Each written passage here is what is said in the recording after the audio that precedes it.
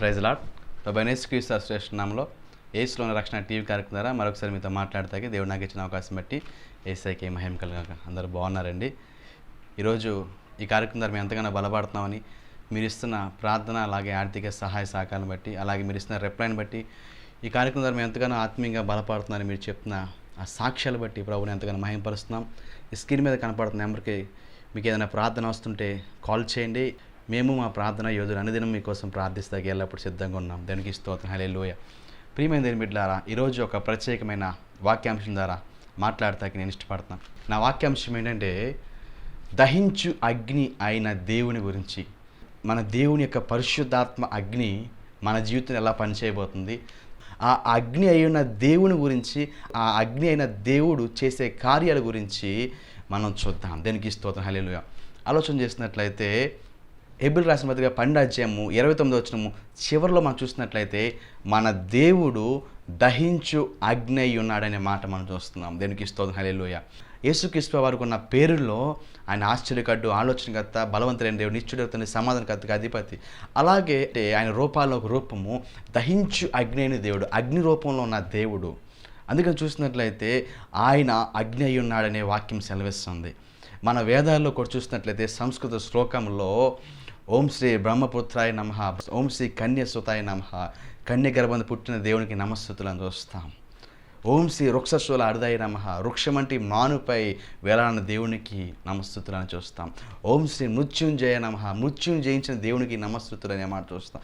అలాగే ప్రముఖంగా ఓం శ్రీ అగ్నిస్వయ నమః, ఓం శ్రీ అగ్నిస్వరాయ నమః అంటే అగ్ని అయిన దేవునికి నమస్సుతులు అనే మాట చూసినప్పుడు మన దేవుడు కూడా దహించి అగ్ని ఉన్నాడని ఈ బైబిల్లో చెప్తున్న మాట మనకి చాలా జాగ్రత్తగా చూసినట్లయితే ఎంతగానో ఉపయోగకరంగా కనపడుతుంది. ఆలోచన చేసినట్లయితే ఆయన ఆదిలో ఆయన వాక్కు రూపంలో ఉన్నట్టు చూస్తాం. తర్వాత యెహోవా రూపంలో, అలాగే మరి కొత్త నిబంధనకు వచ్చేసరికి ఆయన వాక్యమైన దేవుడు, శబ్ద రూపంలో దేవుడు.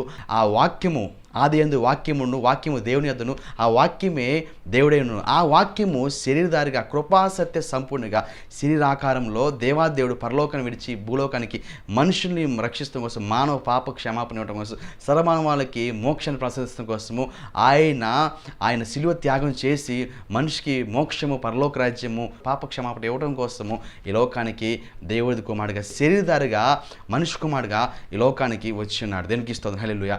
యేసుక్రీస్తు వారు ఆయన వాక్యమైన దేవుడు, శరీరధారిగా వచ్చిన దేవుడు. ఆ తర్వాత మళ్ళీ ఆయన పునరుద్ధరణ తర్వాత ఆయన చెప్పాడు, నేను వెళ్ళి ఆదరణకర్తనే పరిశుద్ధాత్మ మీకు తోడుగా పంపిస్తాను. ఆ పరిశుద్ధాత్మ ఆయన ఆరాధించి ఆయన మృత్యుంజయుడై పునరుద్ధరణ తర్వాత నుంచి శిష్యులు చెప్పాడు, యుగ సమాధులకు సదాకాలం తోడై ఉంటాను, ఆదరణకర్తనే పరిశుద్ధాత్మ మీకు తోడుగా వస్తానని చెప్పాడు.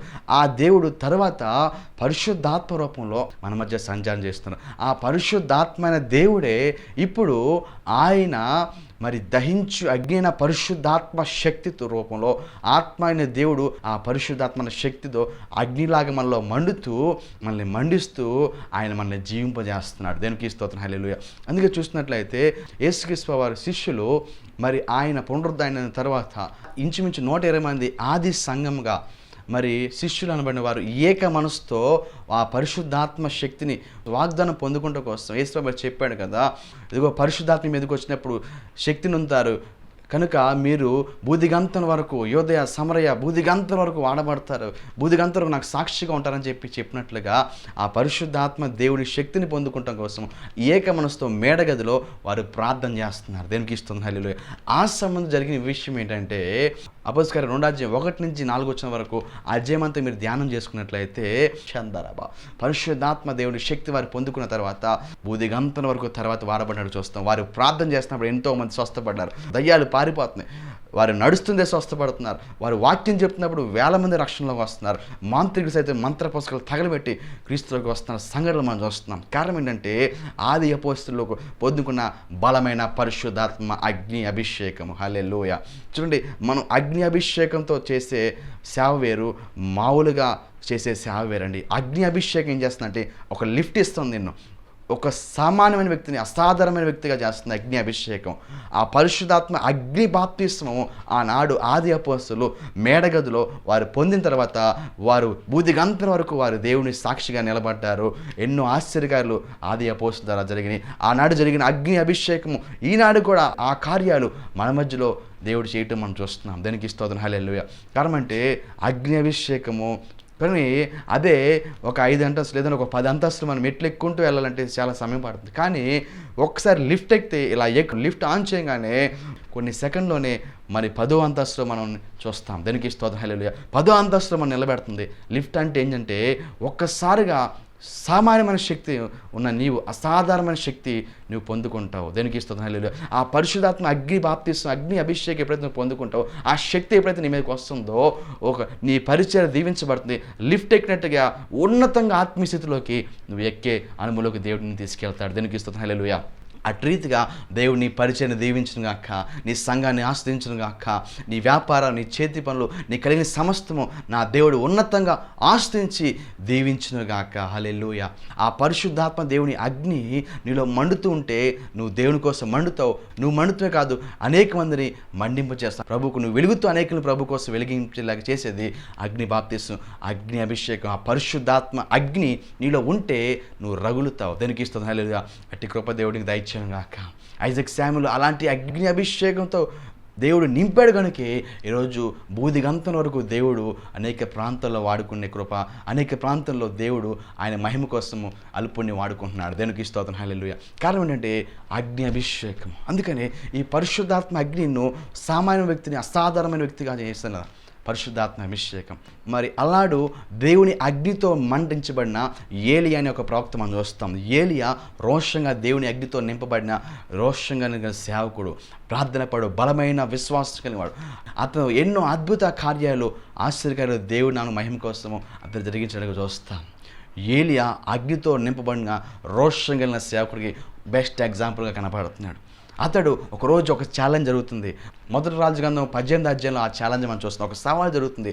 450 మంది బయలు ప్రవక్తలు వారు, అలాగే దేవుడిని ఎరిగిన ప్రజలు, 2 తలంపుల మధ్య అక్కడ మరి కొట్టిమిట్టాడ సంబంధం ఒక సవాల్ జరుగుతుంది. బయలుదేవుడా యెహోవా దేవుడా తేల్చుకుంటామని చెప్పి వారి సవాల్ ఏంటంటే, ఇదిగో ఆ యొక్క నీళ్ళని, పశువుని, కందకి మంతటిని కూడా అగ్ని లేకుండా వచ్చి ఏ దేవుడైతే దహించి వేస్తాడో ఆ దేవుడి మాత్రం నిజమైన దేవుడు అని చెప్పి మరి అక్కడ సవాలు ప్రారంభమైంది. ఇద్దరు ఒప్పుకున్న తర్వాత వారు ఇక్కడ బయలు ప్రవక్తలు అందరూ కూడా ఉదయం నుంచి సాయంత్రం వరకు బయలా రక్షించమని అరుస్తున్నారు, కానీ వారి వల్ల కాలేదు. కానీ సాయంత్రం వరకు కూడా ప్రయాసపడ్డారు, కానీ వాళ్ళు దేవుళ్ళు శక్తి లేక ఆ యొక్క వాళ్ళ వల్ల బయలు ప్రవక్తలో ఏమి కాలేకపోయింది. చివరికి యెహోవా పక్షంగా ఏలియా రోషంగా అగ్నితో నింపబడిన ఏలియా గ్లోరీ శాంతారాబా దేవుని కోసం రోషంగా మండుతూ ఆయన ప్రార్థన చేస్తున్నట్టుగా చూస్తాం. ఆయన ప్రార్థన చేస్తున్నప్పుడు ప్రియమందిని పెట్టారా, మొదటి రాజుగ్రంథం 18వ అధ్యాయము 39వ వచనం చూస్తే, అతడు ఇలాగును ప్రార్థన చేయుచునగా యెహోవా అగ్ని దిగి దహన బలి పశును, కట్టెలను, రాళ్ళను, బుగ్గుని దహించి కందకమును నీళ్లను ఆరిపోజేసెను. అంతటా జనులందరూ దాన్ని చూసి సాగిలిపడి యెహోవా దేవుడని కేకలు వేసిరి. దానికి స్తోత్రం కలిగి హల్లెలూయా. చూసారా, దేవుని అగ్ని దించగలిగాడు ఏలియా ప్రవక్త. ఏలియా ప్రార్థించగా దేవుని అగ్ని దిగింది. అగ్ని దిగి ఆ యొక్క పశువులని, కందకం, నీళ్లు, కట్లంతటి కూడా బుగ్గుగా చేసినట్టుగా చూస్తాం, దహించి వేస్తున్నట్టుగా చూస్తాం. కనుక ఆలోచన చేస్తున్నట్లయితే అప్పుడు యెహోవా దేవుడు అని చెప్పి అందరూ దేవుని మహింపరచగా చూస్తాం. దానికి స్తోత్రం కలిగి హల్లెలూయా. ఏలియా ప్రార్థనలో శక్తి చూసారా, అలాంటి అగ్ని నీలో ఉండాలి. అట్టి అగ్ని అభిషేకం దేవునికి దయచేయునుగాక. అతడు అగ్ని దిగటానికి కారణం మనం ఆలోచన చేస్తున్నట్లయితే 32వ వచనం చూస్తాము. అతడు ఒక బలిపీఠం కట్టించడానికి చూస్తాము. ఒక బలిపీఠం కట్టించాడు. ఆ బలిపీఠం కట్టించిన తర్వాత మరి రెండోదిగా అక్కడ 33లో కూడా ప్రముఖంగా మనం చూస్తాము, ఆ కట్టెలను క్రమంగా పేర్చినట్టున్నాడు. ఈరోజు బలిపీఠం కడతాము, కట్టెలు క్రమంగా పేరుస్తామనే 2 మాటలు చాలా ప్రత్యేకంగా మనకు కనబడుతున్నాయి. ఇక్కడ ఈరోజు ప్రార్థన బలిపీఠం నువ్వు కట్టుకున్నావా? ఈరోజు నీకు ప్రార్థన బలిపీఠం ఉండాలి. ప్రతి క్రైస్తవుడు ప్రార్థన బలిపీఠం ఉంటేనే ఆ ప్రార్థన బలిపీఠం ఆ వ్యక్తిని ఆత్మీయంగా ముందుకు తీసుకెళ్తుంది. ఈరోజు నీ ప్రార్థన బలిపీఠం లేకపోతే కుటుంబ ప్రార్థన, వ్యక్తిగత ప్రార్థన, సంఘ ప్రార్థన అనే బలిపీఠాలు ఇప్పుడే కట్టుకో. దేవుని జీవితం గొప్ప కార్యం చేస్తాడు. దేవునికి స్తోత్రం హల్లెలూయా. ప్రార్థన బలిపీఠము అలాగే కట్టెలు క్రమంగా పేర్చినట్టు చూస్తాం. కట్టెలు క్రమంగా పేర్చాలి. మంట మండాలంటే ప్రముఖంగా కట్టెలు క్రమంగా ఉండాలి, మందిరం క్రమంగా ఉండాలి, క్రమంగా దశమగా క్రమంగా దేవునికి ఇచ్చే విషయంలో, ప్రార్థించే విషయంలో, పరిచయ విషయంలో, దేవుని సహవాసంలో వెళ్ళే అన్నింటిలో క్రమం ఉండాలి.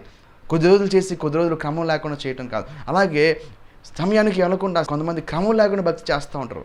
క్రమాలు పాటించాలి, మందిర క్రమాలు. దేవుడు ఏదైతే చెప్తున్నాడో వాటిని కూడా, ఆజ్ఞలు అన్నింటినీ కూడా క్రమంగా మనం అనుసరించే వ్యక్తులాగా ఉన్న క్రమం ఉంటేనే, కట్టెలు కూడా క్రమంగా పేరిస్తేనే మండుతాయండి. ఇక్కడొక కట్టి అక్కడొక కట్టి పెడితే కట్టి మండదు. అలాగే అదే మండుతూ ఉన్న కట్టెలు తీసి ఒక కట్టిని పక్కన పెడితే మరి ఆ కట్టి చల్లారిపోద్ది.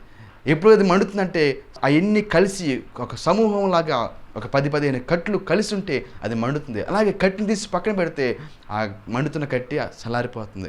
ఆత్మీయ జీవితంలో నువ్వు మండాలంటే సహవాసంలో ఉండాలి, మందిరంలో ఉండాలి. అందుకని అపోస్తలుల బోధ, సహవాసం, రొట్టె వేయించడం, ప్రార్థన చేయటం ఎడతెగ్గా ఉండమంటున్నాడు. ఆత్మీయంగా నువ్వు మండాలంటే సహవాసంలో ఉండాలి, ఆత్మీయంగా నువ్వు మండే అనుభవంలో ఉండాలి. ఏలియా అలాంటి బలంగా ప్రార్థన చేసే అనుభవం కలిగి ఉన్నాడు. ఏలియా ప్రార్థన చేయగా ఆకాశం నుంచి అగ్ని దిగింది. ఏలియా ప్రార్థన చేయగా యాకోబు రాసిన పత్రిక 5:17 ఉంటుంది. అతను ప్రార్థిస్తున్నా అంటండి 3.5 సంవత్సరాలు వర్షం ఆగిపోమంటే ఆగిపోయింది. మళ్ళీ ప్రార్థన చేస్తే వర్షం పడిందండి. దేనికి స్తోత్రం, హల్లెలూయా. ఎంత గొప్ప శక్తి, ఎంతగా దేవునితో వాడబడ్డాడు చూసారా. నిజంగా అలాంటి ఏలియా ప్రార్థన ద్వారా ఎన్నో అద్భుత కార్యాలు జరిగినట్టు చూస్తాం.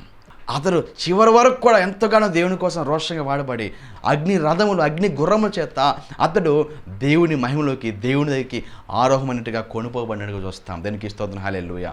ఆలోచిస్తున్నట్లయితే ఏలియా అగ్నితో మండిన గొప్ప ప్రవక్తకు సాదృశ్యంగా కనపడుతున్నాడు. ఆ తర్వాత అతని శిష్యుడైన ఎలీషా కూడా అతను అనుసరిస్తూ ఎన్నో అద్భుత ఆశ్చర్యాలు జరిగించినట్టు చూస్తాం. ఏలియా చివరి దినమందు నీకు ఏం కావాలి అని అడుగుతున్నప్పుడు ఏలియా శిష్యుని ఎలీషా అడుగుతాడు, అయ్యా నీకున్న ఆత్మను నాకు 2 పాలు ఆత్మ నాకు కావాలంటాడు. దేనికి స్తోత్రం, హల్లెలూయా.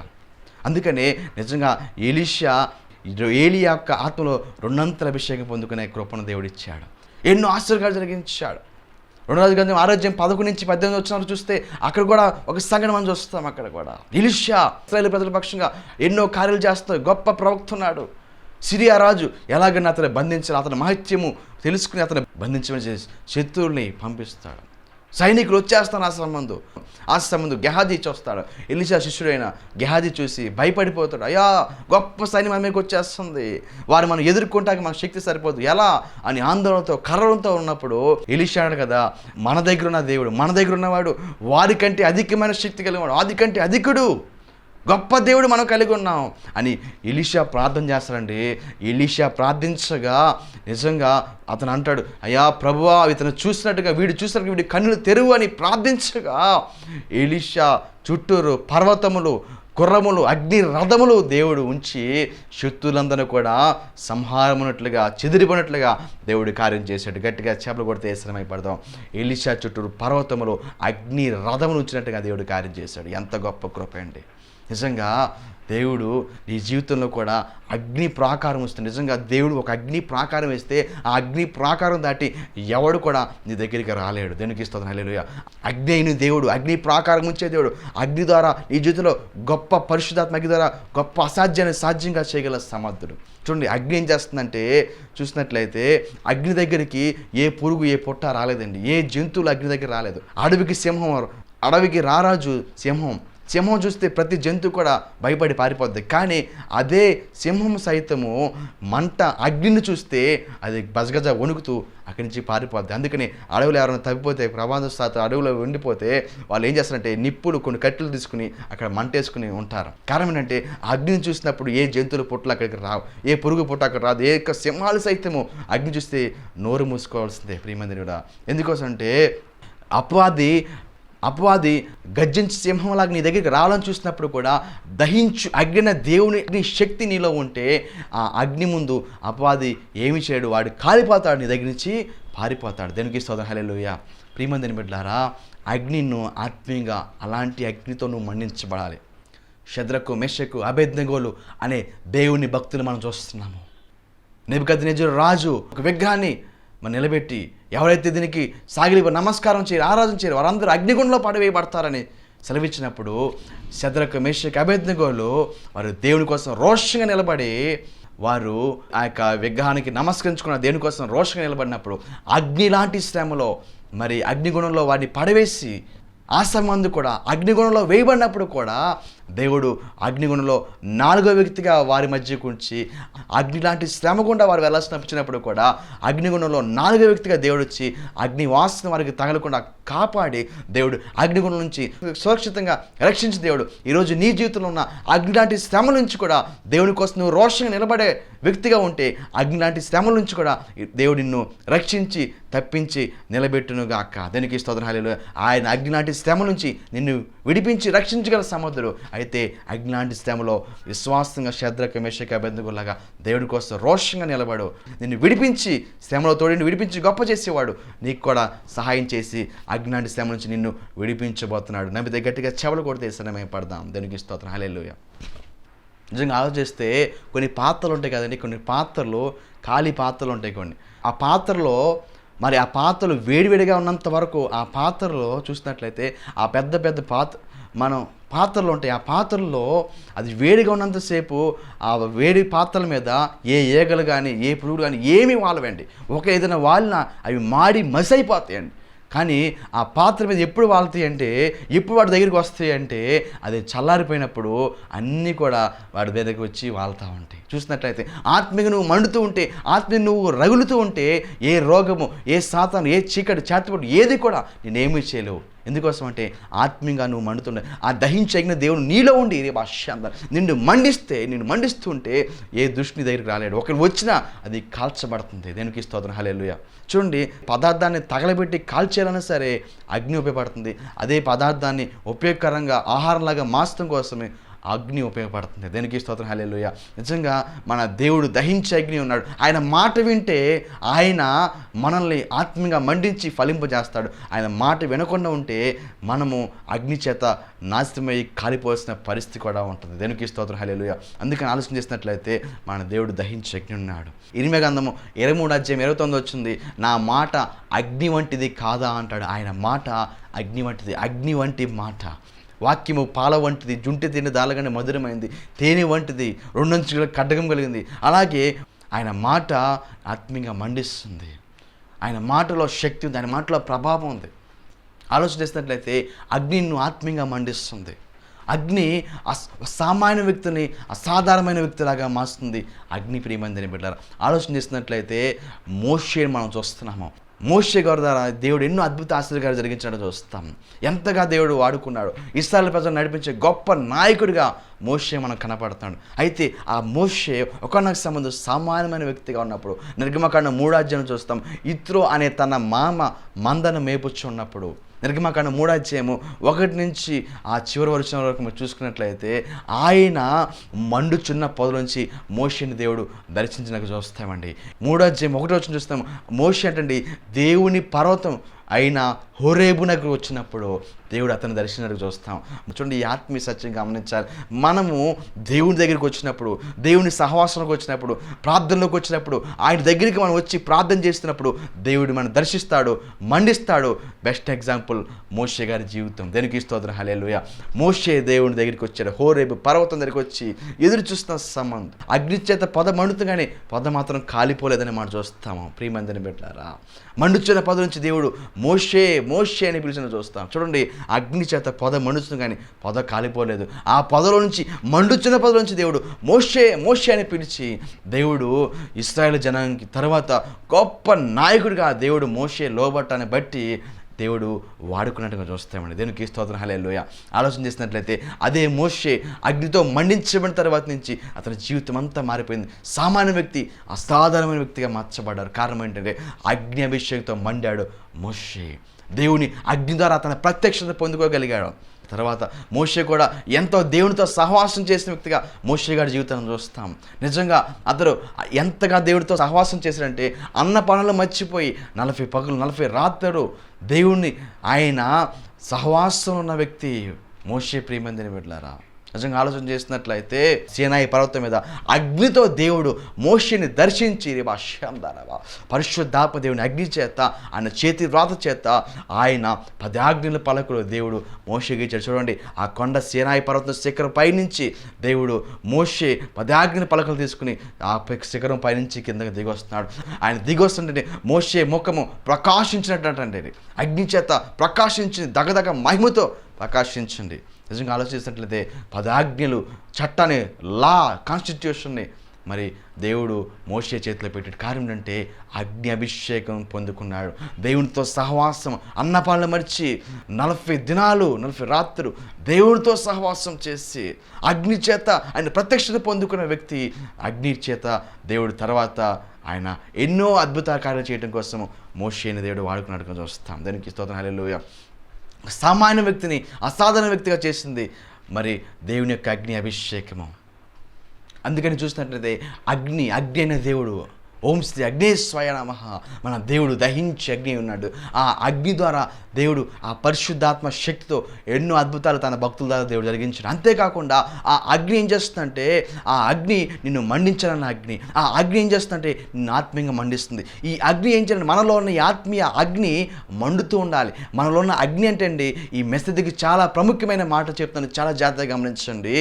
మనలో ఉన్న అగ్ని నిత్యం మండుతుండాలి. మనలో ఉన్న బలిపీఠము నిత్యం మండుతుండాలంటండి, అది ఆరిపోకూడదంట. లేవికాండము 6:13 చూసినట్లయితే, బలిపీఠం మీద అగ్ని నిత్యము మండుచున్న వలెను, అది ఆరిపోకూడదు. దేనికి స్తోత్రం, హల్లెలూయా. బలిపీఠం మీద అగ్ని నిత్యం మండుచున్నాలంటండి. పాత నిబంధన ప్రకారం యాజకులు బలిపీఠం మీద మరి మండిస్తూ ఉండేవాళ్ళు, హోమాలు వేసి దేవునికి బలి అర్పిస్తూ ఉన్న సంఘటన మనం చూస్తాం.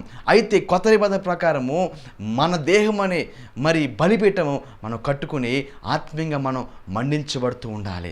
ఈ బలిపీఠము మరి ఆరిపోవటానికి వీల్లేదు, ఇది నిత్యం మండుతూ ఉండాలండి. నరుని ఆత్మ యెహోవా పెట్టిన దీపము, మనలో ఉన్న ఈ దీపము వెలుగుతూ ఉండాలి. అలాగే దేవుని కోసం మండుతూ ప్రకాశించాలి. ఒకటి, బలిపీఠాలు కట్టబడాలి, బలిపీఠాలు స్థాపించబడాలి, బలిపీఠాలు వెలిగించబడాలి. తర్వాత వెలిగించబడే బలిపీఠాలు అది నిత్యం మండుతుండాలి, అది ఆరిపోకూడదు. దేవునికి స్తోత్రం, హల్లెలూయా.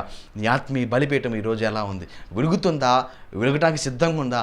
వెలిగి ఆరిపోయిందా? లేకపోతే అసలు వెలగట్లేదా? ఈరోజు దేవునితో మాట్లాడుతున్నావు. వెలగపోతే ఈరోజు వెలిగించుకుని ఆత్మీయ బలిపీఠాన్ని. ఆత్మీయంగా నువ్వు వెలగాలంటే నీ వాక్యం నా పాదముకు దీపం అన్నాడు. ఈ దీపము వెలగాలంటే వాక్యనిలో ఉండాలి. మరి సంఘ సహవాసంలో ఉన్న ప్రార్థన కోటాలు, అలాగే కుటుంబ ప్రార్థన, వ్యక్తిగత ప్రార్థన, ఉపవాస ప్రార్థన, సంఘ ప్రార్థన ఏం చేస్తుంటే ఆత్మీయ బలిపీఠం ఆరిపోకుండా ఈ వాక్యము, ప్రార్థన, ఈ విశ్వాస జీవితాన్ని ఆరిపోకుండా ముందుకు తీసుకెళ్తుంది. దేవునికి స్తోత్రం, హల్లెలూయా. వెలిగించబడితే ఎంత ప్రాముఖ్యమో, వెలిగించబడిన నీ బలిపీఠం ఆరిపోకుండా చూసుకోవటము అంతే ప్రాముఖ్యము. నీ ప్రాణం పోకడ వరకు, దేవుని రాకడ వరకు నీ బలిపీఠం ఆరిపోతానికి వీల్లేదు. నువ్వు వెలగాలి, నీతో పాటు అనేక మంది వెలిగించాలి. అట్టి కృప దేవునికి దయచేయనుగాక. దానికి స్తోత్రం, హల్లెలూయా. దహించే అగ్ని దేవుడు నీలో ఉండాలి. నీలో ఉండాలంటే నువ్వు పరిశుద్ధంగా ఉండాలి. ఈ అగ్నిని దేవుడు, మన దేహము దేవుని ఆలయం, ఈ ఆలయమైన దేవుని ఆలయం అయిన దేహంలో ఆయన నివసించాలంటే నువ్వు పరిశుద్ధంగా జీవించాలి, పాపం లేకుండా జీవించాలి. ఈరోజు ఏదన్నా నీ బలిపీఠం ఆరిపోయి చేసేలాగా ఉన్న పాపాన్ని ఈరోజే తీసివేసుకుని దేవునికి లోబడితే దేవుని జీవితము ఆరిపోయిన బలిపీఠాలు తిరిగి దేవుడు కర్తకి సిద్ధంగా ఉన్నాడు. దేవునికి స్తోత్రం, హల్లెలూయా. ఎందుకోసం అంటే ఏ స్థితిలో పడ్డావో ఆ స్థితిని జ్ఞాపకం చేసుకుని మళ్ళీ నీ బలిపీఠాన్ని వెలిగించుకో. దేవునికి స్తోత్రం, హల్లెలూయా. అగ్ని అయిన దేవుడు నిన్ను వెలిగిస్తాకి సిద్ధంగా ఉన్నాడు. పొయ్యి మీద వంట వండుతూ అనుకోని రీతిలో ఆ మంట తగిలినప్పుడు వెంటనే ఎంతో బాధ కలుగుతుంది. ఒక్క రెప్పపాటులో ఆ మంట తగిలితేనే ఆ బాధ తట్టుకోలేకపోతున్నావే.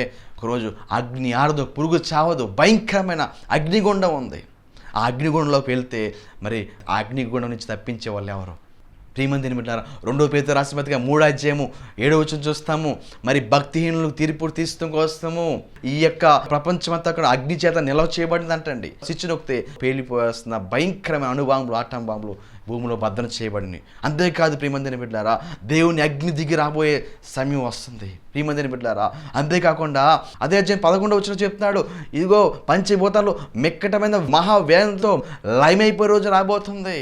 అందుకోసమంటే ఆ అగ్ని ఆదో, పురుగు చాదో, భయంకరమైన అగ్నిగుండంలో వెళ్లకుండా, నరక అగ్నిగుండంలోకి వెళ్లకుండా నువ్వు తప్పించబడి ఆ నిత్యరాజ్యం పరలోక రాజ్యంలో చేర్చబడాలంటే బ్రతికుండా కానీ యేసు సొంత రక్షణ అంగీకరించి నీవు దేవుని కోసం జీవించి బలిపీఠం వెలిగించుకున్న నీవు ఆరిపోకుండా దాన్ని కాపాడుకుని క్రీస్తు కోసం అనేకుల్ని మరి వెలిగిస్తే వ్యక్తిగా ఉండాలని చెప్పి ప్రభుపేట మనం చేసాం. దేనికి స్తోత్రం, హల్లెలూయా.